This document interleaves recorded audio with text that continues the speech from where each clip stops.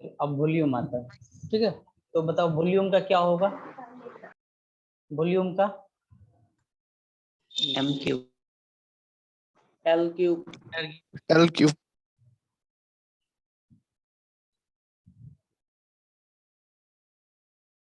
Volume का M cube, ठीक है ना। और यहाँ पर क्या हो जाएगा एल क्यूब डायमेंशन। और लास्ट होता है डेंसिटी। डेंसिटी का फॉर्मूला क्या होता है, मास पर यूनिट वॉल्यूम, ठीक है। तो मास का हम क्या लिखेंगे केजी, और वॉल्यूम का क्या लिखेंगे हम मीटर क्यूब। यूनिट हो गया ये हमारा। अब इसको डायमेंशन में लिखना है, तो डायमेंशन में क्या लिखेंगे, इसका ऊपर m लिखेंगे और नीचे में एल क्यूब लिखेंगे, और दोनों को एक साथ लिखेंगे तो ये हमारा क्या हो जाएगा m l to the power -3। Okay, very good. अब देखो कहीं पर मैंने जो चीज नहीं आया, टाइम नहीं आया, उसको नहीं लिखा, कोई जरूरी नहीं है उसको लिखने के लिए, ठीक है। जो चीज आ रहा है उसी को लिखो, जो चीज नहीं आ रहा है, सपोज यहाँ पर m l to the power -3 आया, टाइम नहीं आया, इसका मतलब टाइम 0 है ऑलरेडी है, तो यहाँ पर कोई प्रॉब्लम नहीं है इसको दिखाने का, ठीक है। तो आपको ऑप्शन में दिख भी सकता है, नहीं भी दिख सकता है ये चीजें। चलो नेक्स्ट क्वेश्चन, ठीक है। आपको स्क्रीनशॉट लेना है, इसका स्क्रीनशॉट ले लो जल्दी।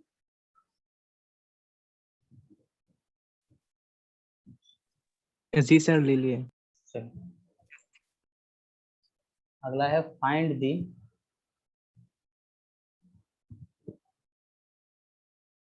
Dimension of gravitational constant. Gravitational constant का क्या डायमेंशन होगा।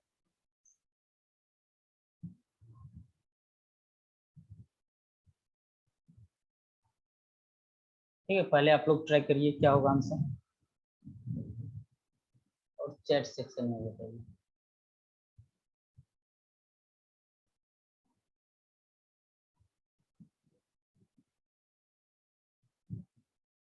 फर्स्ट आंसर आ गया सर, स्क्रीनशॉट लेना है। हाँ स्क्रीनशॉट ले लो, वैसे आपको नोट्स भी मिलेगा। जब कॉन्सेप्ट खत्म हो जाए उसके बाद स्क्रीनशॉट ले लो, और जिसने नहीं लिया है वो पिछले वाला इसका स्क्रीनशॉट ले लो। चलो आगे देखते हैं, फाइंड द डायमेंशन कांस्टेंट।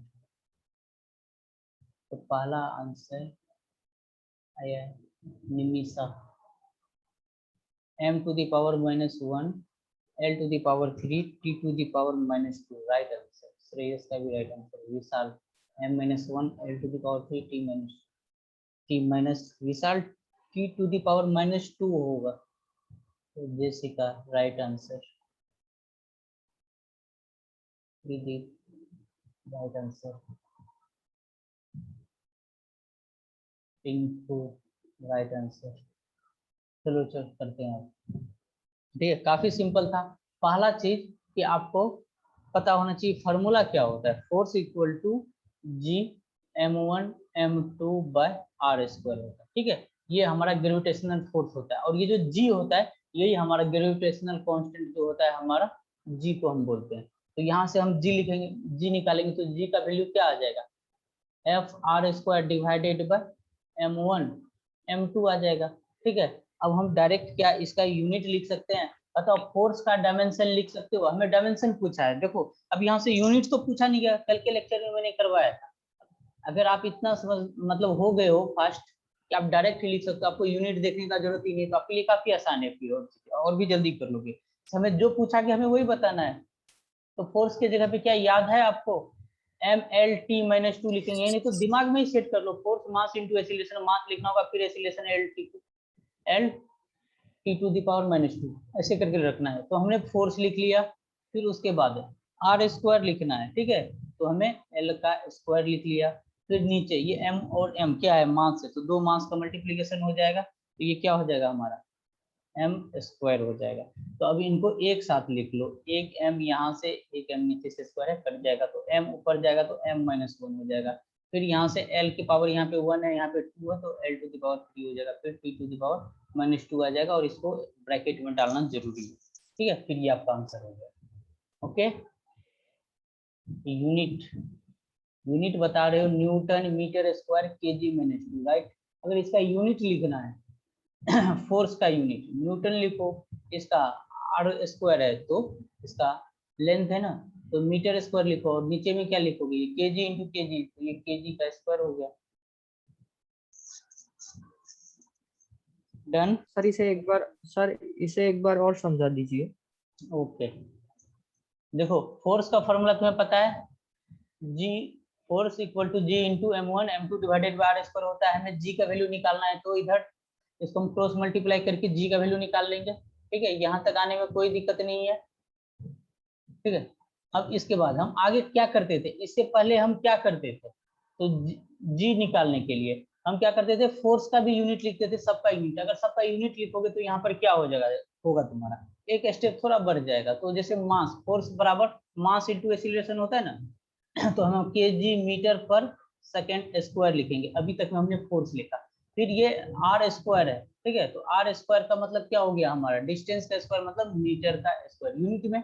और अब नीचे वाला क्या है, m1 और m2 क्या होता है, m1 एंड m2 आर मास। ठीक है, और मास का यूनिट क्या होता है केजी, तो ये हो जाएगा हमारा केजी स्क्वायर। ठीक है, ये आपका जी का यूनिट में वैल्यू आया। अभी और भी ये सिंप्लीफाई होगा, केजी से जो स्क्वायर में 1 केजी चला जाएगा, तो ये आपका क्या हो जाएगा मीटर की पावर 3, और ये नीचे केजी और यहाँ पे सेकेंड का स्क्वायर। अब आप इसको क्या लिखोगे, आगे यूनिट में लिखोगे, तो यूनिट में मीटर का क्या लिखोगे, L to the power 3, black pen वाला देखना। ठीक है, आगे करते L to the power 3 KG का नीचे क्या लिखोगे, एम लिखोगे, और सेकेंड का टी का स्क्वायर लिखोगे। और यही चीज आपका ऊपर जाएगा तो क्या हो जाएगा, एम के पावर -1 एल के पावर 3 टी के पावर -2।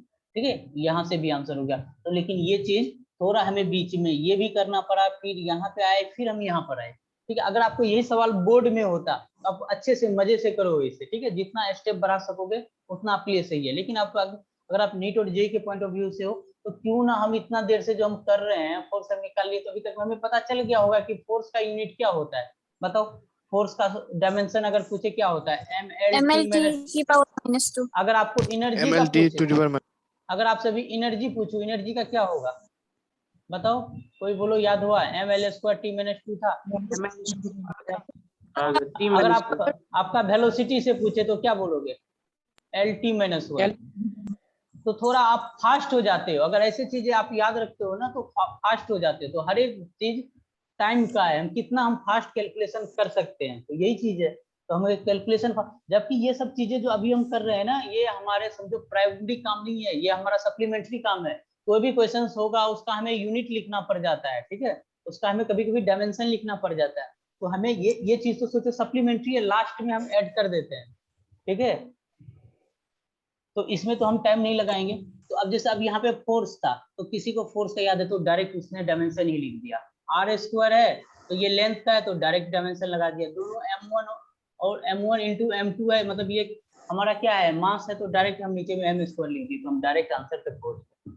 ठीक है, समझ आ गया सबको। आगे जी सर। चलो अगला जी सर। सर जी सर। स्क्रीनशॉट लेना है, ले लो जल्दी।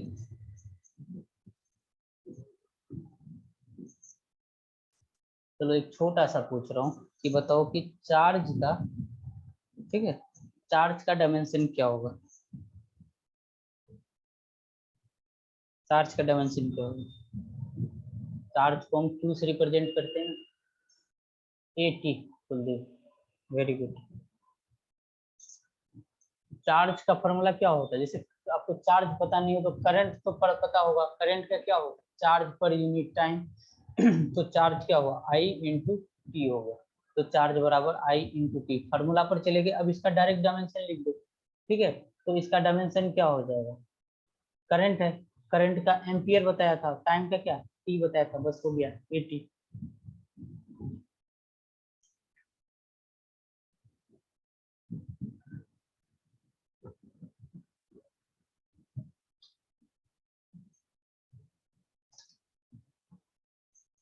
ठीक है, चलो एक और अगला दे रहा हूँ example. Find the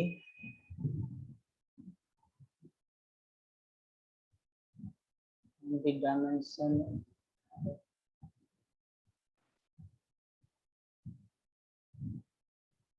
coefficient of viscosity. Sir आगे वाला पेज और एक बार दिखाना।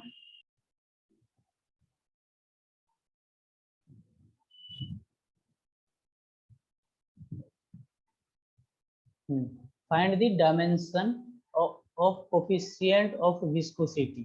ठीक है, अब देखो ये चीज आपको भी पता ही नहीं है कि क्या होता है हमारा। कुछ आंसर आ रहा है क्या? जी L-1 गलत कहूँगा। हाँ, find the dimension of coefficient of viscosity. अब आपको ये फार्मूला पता ही नहीं और डायमेंशन किसी का भी पूछा जा सकता है। आपको मैं रिएक्टेंस पूछ लूँ, ऐसा टर्म पूछ लूँ कि जो अभी आप नहीं पढ़े, तो स्टार्टिंग में आपको कुछ ना कुछ हिंट का जरूरत है। आप ऐसे नहीं कर पाओगे।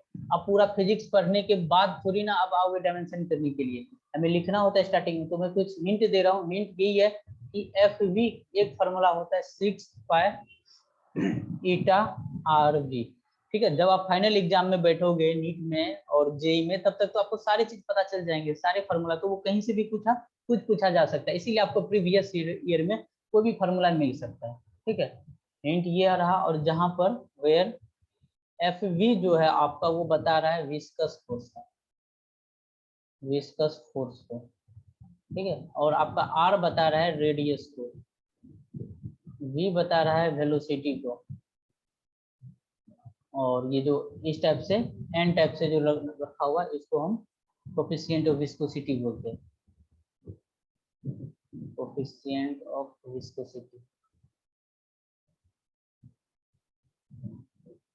ठीक है, अब आपको पूछा क्या गया यहाँ पर, समझ में आ गया होगा, एन वाला जो ये है। ठीक है, एन टाइप से। और इनको ना प्रोनाउंस हम नीटा और रीटा। ठीक है, जो बोलना है ठीक है, नीटा रीटा जो बोलना है वो आप बोल सकते हैं। एन निकालना है तो बताओ एन कैसे निकालोगे? तो एन के लिए ऐसे कर लो, F V divided by 6 pi R V. ठीक है, ये करना पड़ेगा आपको। रोजी का answer m l to the power -1 t to the power -। अब सही है sir.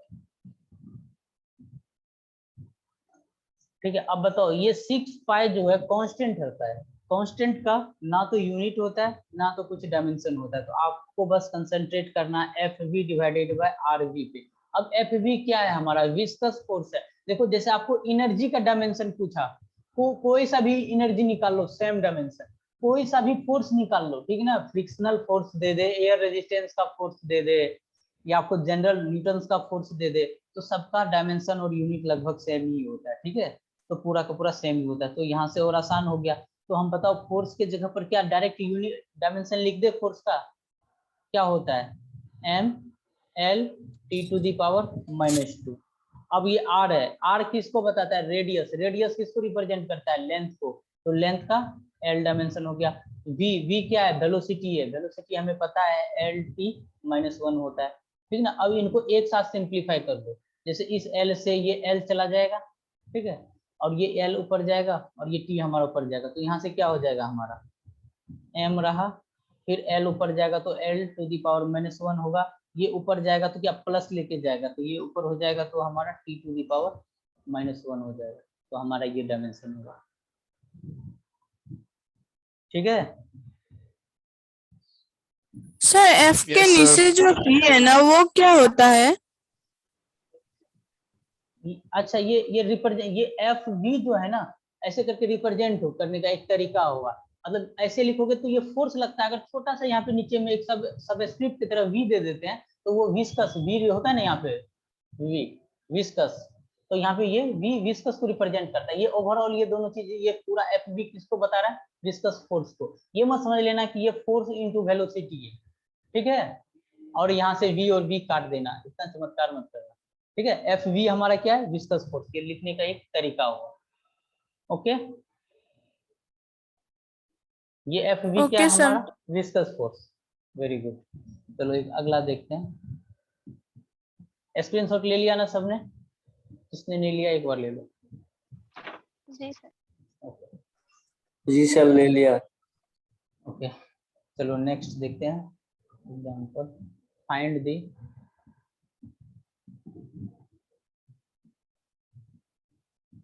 The dimension of Planck's constant. ठीक है, अब ये तुम्हें पता ही नहीं होगा प्लैंक्स कांस्टेंट क्या है, तो घबराने का कोई बात नहीं, मैं आपको फॉर्मूला दे रहा हूँ, सारा चीज मैं एक्सप्लेन कर रहा हूँ। ठीक है, एनर्जी बराबर एक आता है एच और ये आता है म्यू। ठीक है, इस तरीके से एक रिप्रेजेंट करते हैं। यहाँ से ई जो रिप्रेजेंट कर रहा है एनर्जी को रिप्रेजेंट कर रहा है, ऐसे करके जो ये लिखा हुआ है ये हमारा फ्रीक्वेंसी को रिप्रेजेंट कर रहा है। और फ्रीक्वेंसी का फॉर्मूला आप जानते हो 1/, क्या होता है, टाइम होता है। T। और ये जो एच है इसको हम लोग प्लैंक्स कांस्टेंट बोलते हैं, प्लैंक्स कांस्टेंट। अब बताओ एच का क्या आएगा, हमारे पास कुछ आंसर्स आ रहे हैं। ml⁻², t⁻⁻1। Okay, ml² t⁻⁻1, right answer.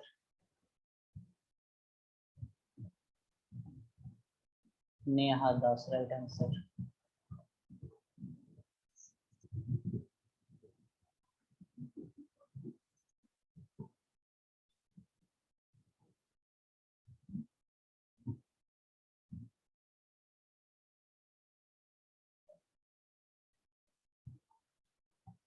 ठीक है, तो इसका मैं आंसर बता दे रहा हूँ।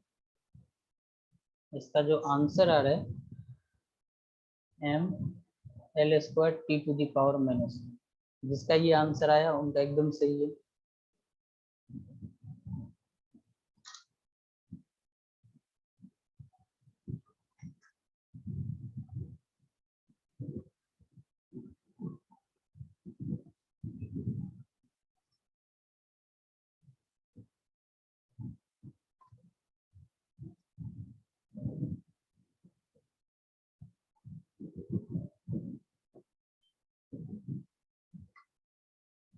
ठीक है, चलो इसका सॉल्यूशन करते हैं। जिसका नहीं आया वो ध्यान से देखो। Energy equal to H nu, हमें क्या निकालना है, हमें प्लैंक्स कांस्टेंट एच निकालना है, तो एच बराबर E/म्यू करेंगे। अब एनर्जी का, अगर एनर्जी का आपको डायमेंशन पता है तो डायरेक्ट आगे बढ़ जाओ, नहीं तो आप साइड से निकाल लो। ठीक है, एनर्जी इक्वल टू ½ mv²। तो यहाँ पर हम इसको kg मीटर स्क्वायर सेकेंड का स्क्वायर करोगे, फिर बोलोगे ml² t-। ठीक है, तो यहाँ से एनर्जी बोलोगे ml² t-2 divided by mu. क्या होता है, अब यहाँ पे बताइए, ये हमारा क्या होता है 1/, टाइम होता है। ठीक है, तो इसे हम t⁻⁻1 लिख सकते हैं ना, तो यहाँ पे हम t⁻⁻1 लिखेंगे, तो ये हमारा ऊपर जाएगा, तो ये चीज हमारा क्या हो जाएगा ml² और t⁻⁻1। ठीक है, यही हमारा आंसर। ठीक है, अब आपको मैं कुछ आज के लिए होमवर्क दे रहा हूँ। ओके, इसका स्क्रीनशॉट ले लो, एक होमवर्क है पहला। सर स्क्रीन चला गया। ओके, चलो लो।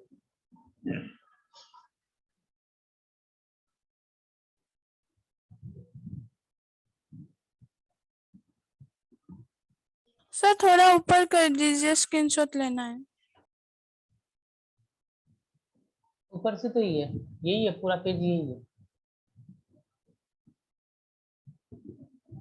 कि और पीछे का लेना है, ये वाला भी। नहीं सर। हाँ, तो हो गया फिर वो आपका। ठीक है, चलो हम नेक्स्ट करते हैं। होमवर्क था, ठीक है, होमवर्क में पहला होमवर्क है convert kg metre second into gram centimetre second. दूसरा, find the value of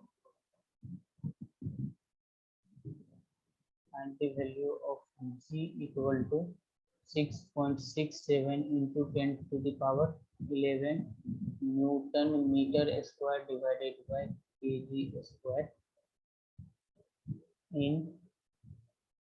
into CGS unit into CGS system कर लो।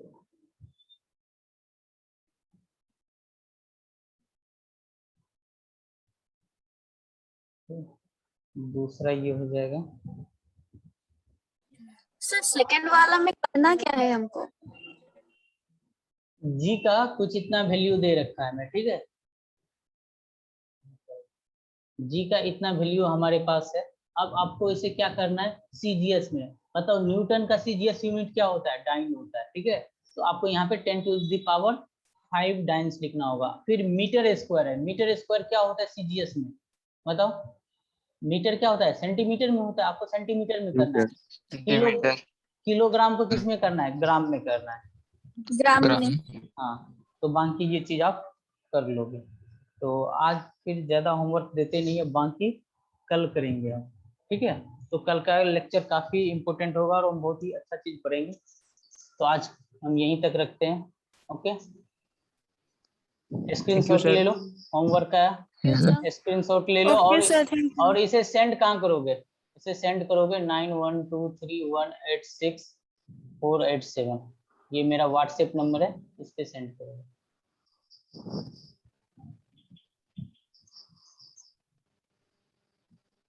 ठीक है, बाकी किसी को कोई डाउट्स आया तो वो पूछ सकते हो, ओके। अगर किसी को किसी तरह का डाउट है तो वो पूछोगे, या लेक्चर समझ में नहीं आ रहा है कुछ। चलो okay, bye. Thank you sir. Bye sir. Thank you sir. Thank you, thank you sir. Thank thank you sir. Bye sir. You, thank you sir. Bye sir.